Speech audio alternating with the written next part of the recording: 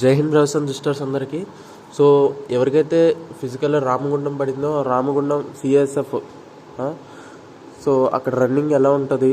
So last time నేను అక్కడే select అయ్యాను, రామగుండంలోనే నా ఫిజికల్ అయితే అయ్యింది. సో నా ఫిజికల్ రామగుండంలో ఎలా కండక్ట్ చేయబడింది ఏంటనేది క్లియర్గా మాట్లాడుకుందాం. అలాగే ట్రాక్ కండిషన్స్ ఎలా ఉంటాయి అండ్ ఏ కండిషన్స్లో బయట పెడతారు, ఏ కండిషన్స్లో లోపల రన్నింగ్ కండక్ట్ చేస్తారనేది నేను చెప్తాను. యాక్చువల్గా అంటే రామగుండంలో మీరు దిగిన తర్వాత మీరు ఉండేది అంటే మీరు ఉండాల్సింది ఎక్కడో కూడా చెప్తాను, వెరీ లో బడ్జెట్లో. సో యాక్చువల్గా రామగుండం సెంటర్ ఎవరికైతే పడిందో లాస్ట్ టైము జరిగిన SSC selections, SSC GD physical event ఏదైతే ఉందో రామగుండంలో లోపల కండక్ట్ చేయడం అయితే జరిగింది. వర్షాల కారణంగా లోపల కండక్ట్ చేయడం అయితే జరిగింది. ఆ లోపల ఆ యూనిట్ లోపలే బాక్స్ షేప్లో, రెక్టాంగిల్ షేప్లో తార్ రోడ్ అనేది ఉంటుంది అనమాట. బిల్డింగ్స్ చుట్టూరు రెక్టాంగిల్ షేప్లో తార్ రోడ్ అనేది ఉంటుంది. సో ఆ తార్ రోడ్ దగ్గరే రౌండ్స్ అనేవి కండక్ట్ చేశారు. 5 km రౌండ్స్ అనేవి 5 km వచ్చేటట్టు దాంట్లోనే రౌండ్స్ అనేవి కండక్ట్ చేశారనమాట. సో 3 టోకెన్లు తీసుకోవాలి, మొత్తం 3 రౌండ్స్లో కంప్లీట్ అవుతుంది. 3 టోకెన్లు తీసుకొని ఫినిషింగ్ ఇవ్వాలన్నమాట. సో లాస్ట్ టైం అయితే అలా కండక్ట్ చేయడం జరిగింది. లాస్ట్ టైము మేము వెళ్ళినప్పుడు ఆ రోడ్డు మీద స్టార్టింగ్ పాయింట్ ఏదైతే యూనిట్ బయట రోడ్డు ఉందో తార్ రోడ్డు, ఆ సింగిల్ రోడ్డు మీద స్టార్టింగ్ పాయింట్ అని రాసింది. సో ఆ స్టార్టింగ్ పాయింట్ మేము ఫిక్స్ అయిపోయాం, ఇంకా స్టార్టింగ్ పాయింట్ ఇదేనేమో బయట రోడ్డు అని చెప్పి, ఇంకా ఫ్రెష్గా పెయింట్ వేసి ఉంది స్టార్టింగ్ ఎస్పీ అని చెప్పి. సో స్టార్టింగ్ పాయింట్ అని ఉంది కదా అని చెప్పి మేము ఇదే రోడ్డు అనుకున్నాము. సో మార్నింగ్ ఏం చేసామంటే, ఒక రోజు ముందు వెళ్ళాం కదా, ఆ ముందు రోజు మార్నింగ్ ఏం చేసామంటే ఆ రోడ్లో రన్నింగ్ చేయడం మొదలుపెట్టాం. ఆ రోడ్డు మొత్తం పాడైపోయి గుంటలు అనమాట. సో అండ్ ఒక చోట కాలువ ఉంది, ఆ కాలువ మీద నుంచి వెళ్ళాలి. సో అలా అయితే ఉంటుంది బయట కండక్ట్ చేస్తే. సో మరైతే ఇప్పుడు ఆ రోడ్డు బాగు చేశారా లేదా అనేది నేను ఇంకా కనుక్కొని చెప్తాను. సో ఇప్పుడు ఆ రోడ్ కండిషన్ అంటే అప్పట్లాగే ఉందా, లేకపోతే ఏమన్నా మార్చారా, ఏమన్నా రిపేర్ చేశారా ఏంటని కనుక్కొని చెప్తాను. సో బయట రోడ్డు కండిషన్ అయితే అలా ఉంటుంది. మొత్తం గుంటలు రాళ్ళతో మీరేం టెన్షన్ తీసుకునే పని లేదు, వాటి నుంచి మీకేమీ కాదు.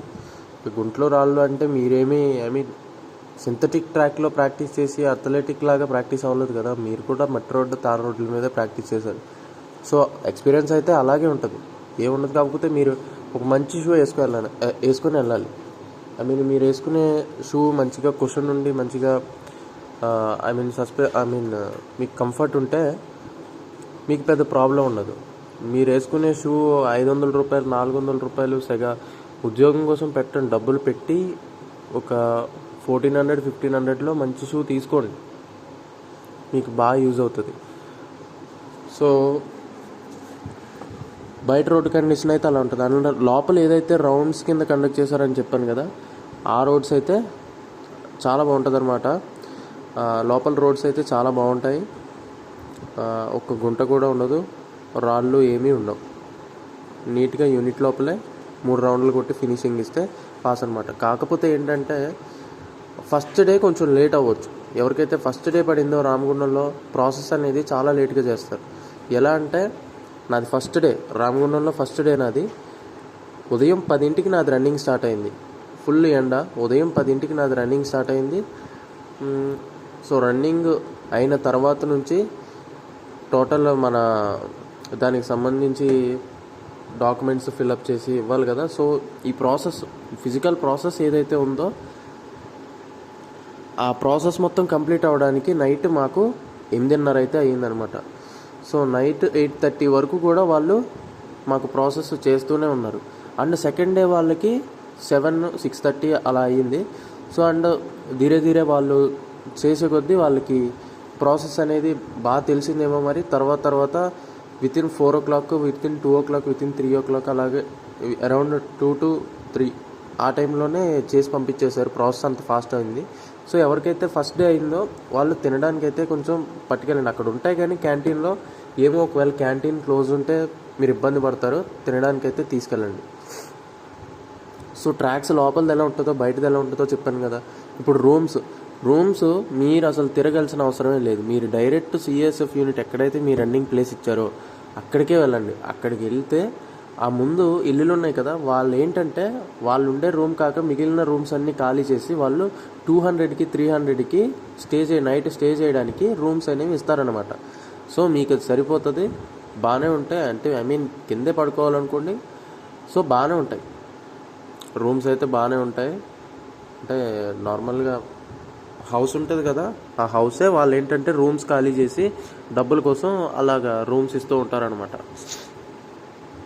సో మీకు గేట్ ముందలే ఇల్లు ఉంటాయి, ఆ ఇల్లుల్లోనే మీకు రూమ్స్ అయితే అమ్ముతారు. వాళ్ళకి ఎప్పటి నుంచి సెలక్షన్స్ జరుగుతున్నాయి అప్పటి నుంచి కూడా వాళ్ళు అలాగే చేస్తున్నారు. అమ్మడం ఏంటి వాళ్ళకి తెలుసు, ఇలాగ పలానా టైంలో సెలక్షన్ జరుగుతుంది, క్యాండిడేట్స్ వస్తారు, సో వాళ్ళకి ఇలాగ రూమ్స్ అమ్మితే మనకి డబ్బులు వస్తాయన్న ఆలోచనలో వాళ్ళు కూడా రూమ్స్ అమ్ముతున్నారు.